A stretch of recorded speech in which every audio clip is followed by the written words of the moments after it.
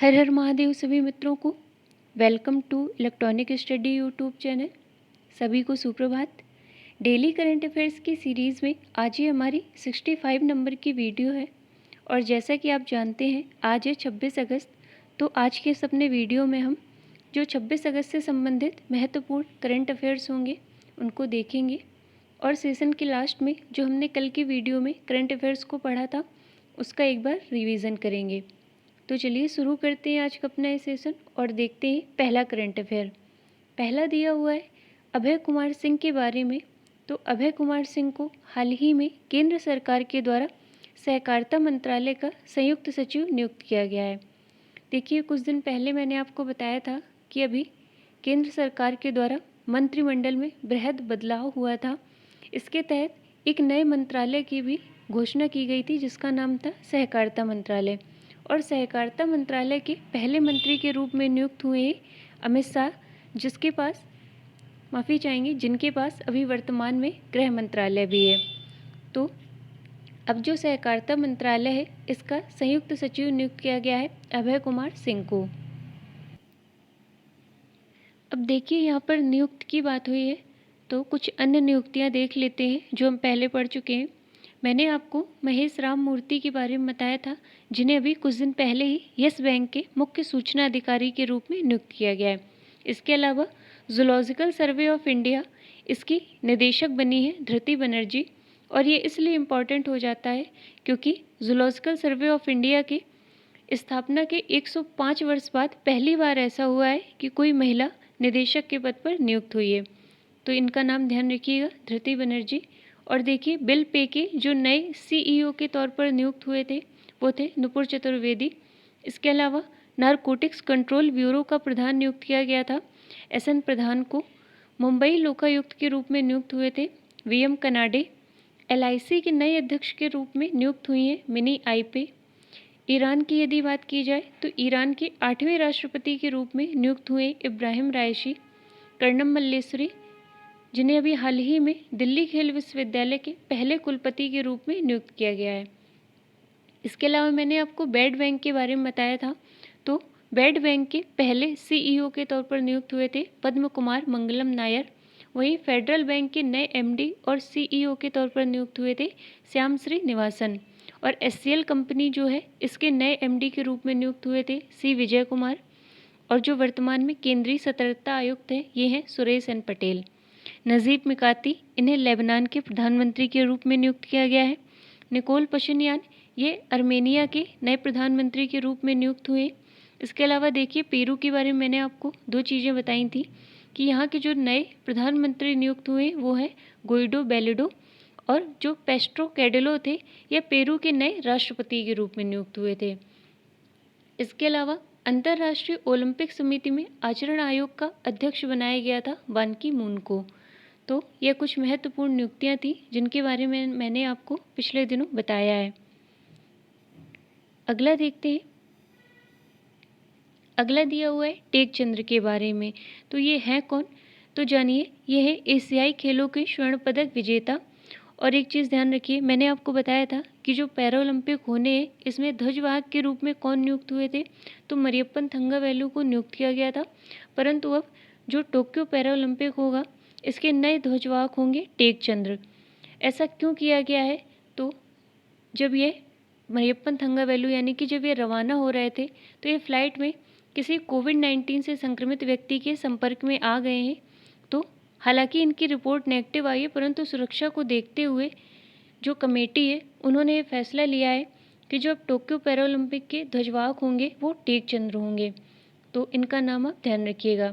मरियप्पन थंगावेलु ये एक para athlete है जिन्हें वर्ष 2020 में राजीव गांधी खेल रत्न पुरस्कार से भी सम्मानित किया गया था। राजीव गांधी खेल रत्न के बारे में मैंने आपको बताया था, इसका भी हाल ही में नाम बदलकर मेजर ध्यानचंद रत्न कर दिया गया है। और वहीं पर जो महाराष्ट्र सरकार है इसके द्वारा प्रौद्योगिकी के क्षेत्र में जो संस्थान अच्छा कार्य करेगी उसके लिए एक नए पुरस्कार की शुरुआत की गई है महाराष्ट्र सरकार के द्वारा। और उसका नाम क्या रखा गया है? तो राजीव गांधी पुरस्कार ही उसका नाम रखा गया है। महाराष्ट्र में जो वर्तमान में मुख्यमंत्री हैं वो है उद्धव ठाकरे और जो राज्यपाल हैं वो है भगत सिंह कोश्यारी। अगला देखते हैं वांचुआ महोत्सव 2021 के बारे में। तो ये असम का एक फसल महोत्सव है जो कि टीवा जनजाति के द्वारा मनाया जाता है। असम की यदि बात की जाए तो असम में वर्तमान में जो मुख्यमंत्री हैं वो है हेमंत बिस्वा शर्मा, और जो पहले औद्योगिक पार्क का शिलान्यास हुआ है यह भी असम में हुआ है। और कुछ दिन पहले ही जो असम का कछार जिला है इसको स्कॉच पुरस्कार से सम्मानित किया गया था। और जो यहाँ के मुख्यमंत्री हैं हेमंत बिस्वा शर्मा, इन्होंने घोषणा की थी जो राष्ट्रीय खेल पदक विजेता होंगे इन्हें सरकारी नौकरियां दी जाएंगी। तो इतने तथ्य आप असम के विषय में ध्यान रखिएगा। अगला देखते हैं ऑपरेशन देवी शक्ति के बारे में। तो ये क्या है?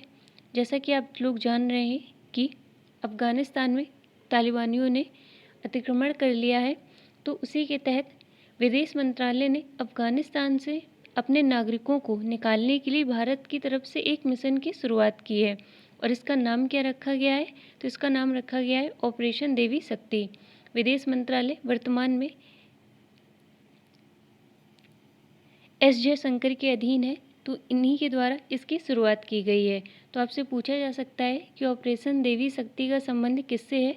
तो ध्यान रखिएगा कि जो भारतीय अफ़गानिस्तान में फंस गए उनको निकालना वहाँ से, उसके लिए एक मिशन की शुरुआत हुई, उसी का नाम ऑपरेशन देवी शक्ति रखा गया है। अगला देखते हैं नियो बोल्ट के बारे में। तो ये है क्या?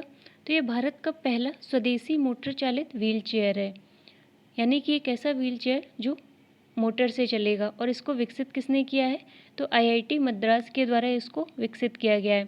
यह केवल जो प्लेन सड़कें होती है उस पर ही चलने में सक्षम नहीं होगा, वरन जो ऊबड़ खाबड़ सड़कें होंगी उन पर भी ये अच्छी तरीके से कार्य करेगा, यानी कि अच्छी स्पीड में उस पर चल सकेगा। तो नियो बोल्ट का नाम आप ध्यान रखिएगा, ये अपने भारत का पहला स्वदेशी मोटर चालित व्हील चेयर है। अगला देखते हैं द कपिल शर्मा स्टोरी। यह एक पुस्तक है, जो कॉमेडियन है कपिल शर्मा, इनकी जीवनी, और इनको लिखा गया है अजिताभा बोस ने। तो इसे आप ध्यान रखिएगा। अब यहाँ पर पुस्तक की बात हुई है तो कुछ अन्य पुस्तकें जान लेते हैं। एक पुस्तक थी द अर्थ स्पिनर, इसको लिखा गया था अनुराधा रॉय ने।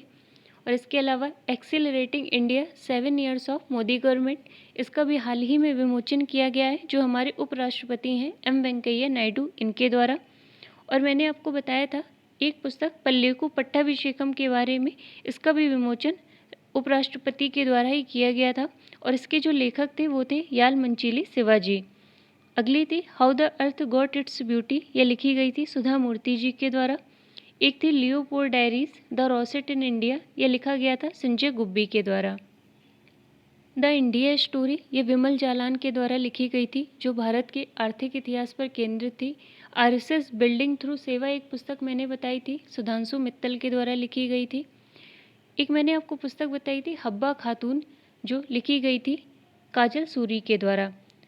और एक मैंने कल ही बताई है आपको मिशन डोमिनेशन, तो इसको लिखा गया है बोरिया मजूमदार और कुशान सरकार के द्वारा। तो ये कुछ महत्वपूर्ण पुस्तकें थी। अगला देखते हैं सेफ सिटीज़ इंडेक्स 2021, यह भी हाल ही में जारी की गई है। और जारी किसके द्वारा की जाती है? तो जो इकोनॉमिस्ट इंटेलिजेंस यूनिट है, यानी EIU, इसके द्वारा सेफ सिटीज़ इंडेक्स जारी की जाती है। इस पे पहले स्थान पर कौन रहा है? तो कोपेनहेगन जो शहर है ये पहले स्थान पर रहा है, यानी कि ये पूरे दुनिया का सबसे सुरक्षित शहर है। और दूसरे स्थान पर टोरंटो रहा है, तीसरे पर सिंगापुर रहा है। यदि भारत की बात की जाए कि भारत की तरफ से कौन से शहर कौन से स्थान पर रहे हैं, तो जो न्यू दिल्ली और मुंबई है इन्होंने टॉप 50 में अपनी जगह बना पाई है, जिसमें न्यू दिल्ली 48वें स्थान पर रहा है और मुंबई 50वें स्थान पर रहा है। लेकिन जो पहले स्थान पर है ये थोड़ा महत्वपूर्ण हो जाता है, तो उसमें आप कोपेनहेगन का नाम ध्यान रखिएगा। अगला देखते हैं भारतीय स्टेट बैंक ने अभी हाल ही में जो श्रीनगर का डल झील है इस पर जो हाउस बोट चलती हैं इस पर ATM खोला है, या आप कह सकते हैं फ्लोटिंग ATM। तो आपसे पूछा जा सकता है कि किसके द्वारा डल झील में जो हाउस बोट चलती हैं उस पर ATM खोला गया है? तो ये खोला गया है भारतीय स्टेट बैंक के द्वारा।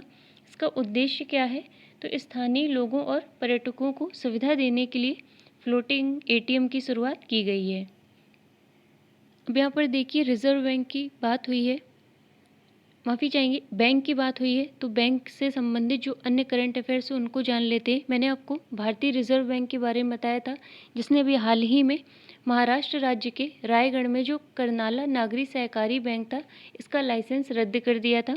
इसके अलावा आरबीआई के द्वारा ही एक बैंक पर जुर्माना लगाया गया है 1 करोड़ का। इसका नाम क्या था? तो इसका नाम था सहकारी रोबो बैंक यूए।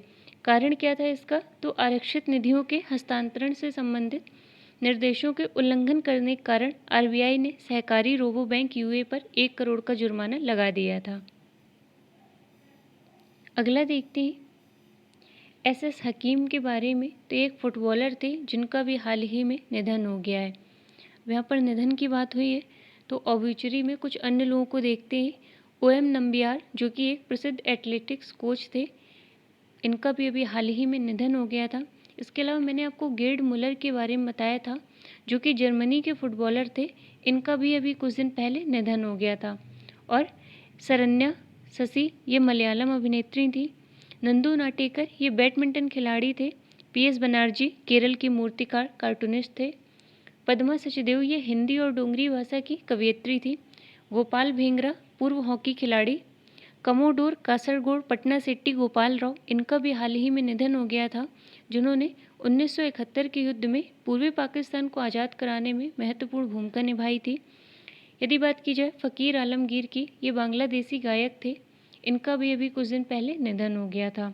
तो ये कुछ महत्वपूर्ण नाम थे और ये किस क्षेत्र से संबंधित है उसके बारे में भी मैंने आपको बताया। अगला देखते हैं विश्व मद्रास दिवस। तो ये हम ऑब्जर्व करते हैं 22 अगस्त को। फिर दिया हुआ है सनप्योर के बारे में। तो ये एक खाद्य तेल ब्रांड है जिनके अभी ब्रांड एम्बेसडर के रूप में नियुक्त किया गया है सोनू सूद को। अगला देखते हैं शराब संग्रहालय।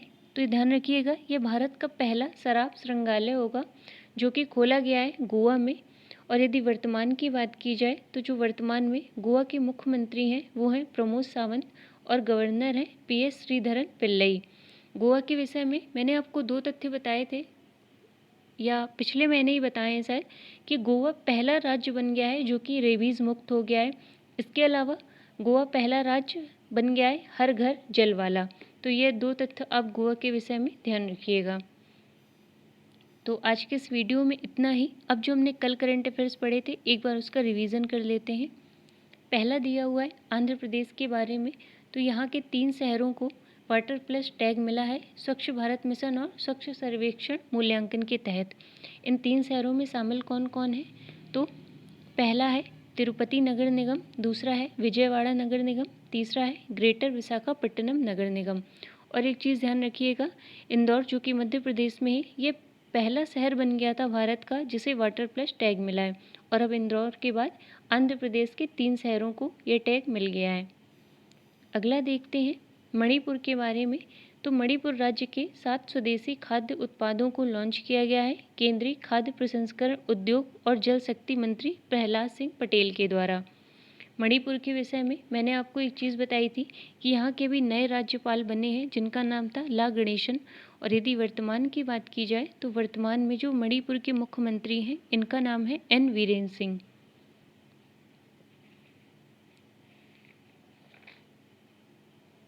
इसके अलावा जो यहाँ के मुख्यमंत्री हैं एन वीरेंद्र सिंह, इन्होंने हाल ही में कोविड-19 प्रभावित आजीविका सहायता योजना की भी शुरुआत की है। अगला देखते हैं दास व्यापार और उसके उन्मूलन के स्मरण के लिए अंतर्राष्ट्रीय दिवस, ये हम ऑब्जर्व करते हैं 23 अगस्त को। अगली एक पुस्तक है जिसके बारे में मैंने आपको बताया, mission domination and unfinished quotes. तो ये लिखी गई है बोरिया मजूमदार और कुशान सरकार के द्वारा। फिर हमने पढ़ा था ज़ायर अल बहर के बारे में। तो ये भारत और कतर की नौसेनाओं के बीच होने वाला एक सैन्य अभ्यास है जो कि फारस की खाड़ी में 9 से 14 अगस्त के बीच में आयोजित किया जाएगा। अगला हमने पढ़ा था युक्त धारा पोर्टल के बारे में जिसकी शुरुआत की गई है जितेंद्र सिंह के द्वारा, जो कि वर्तमान में विज्ञान व प्रौद्योगिकी मंत्रालय के केंद्रीय राज्य मंत्री हैं। इसका उद्देश्य क्या है? तो मनरेगा परिसंपत्तियों की योजना को सक्षम करने के लिए युक्त धारा पोर्टल की शुरुआत की गई है। अगला देखते हैं विश्व जल सप्ताह 2021, तो ये हम ऑब्ज़र्व करते हैं 23 से 27 अगस्त के बीच में। और मैंने आपको संस्कृत सप्ताह के बारे में भी बताया था, जो आयोजित किया जा रहा है 19 से लेकर 25 अगस्त के बीच में। अगला हमने पढ़ा था व्यापक प्रतिभा खोज अभियान के बारे में, जो कि खेल से संबंधित है, तो इसकी शुरुआत की गई है मध्य प्रदेश से। फिर हमने पढ़ा था पश्चिम बंगाल के बारे में, तो यहाँ की 2 मिठाइयाँ सरभजा और सरपुरिया, इनको GI टैग मिला है। तो आज के सेशन में इतना ही। अब हम मिलते हैं अपने नेक्स्ट वीडियो में। तब तक के लिए धन्यवाद सभी को।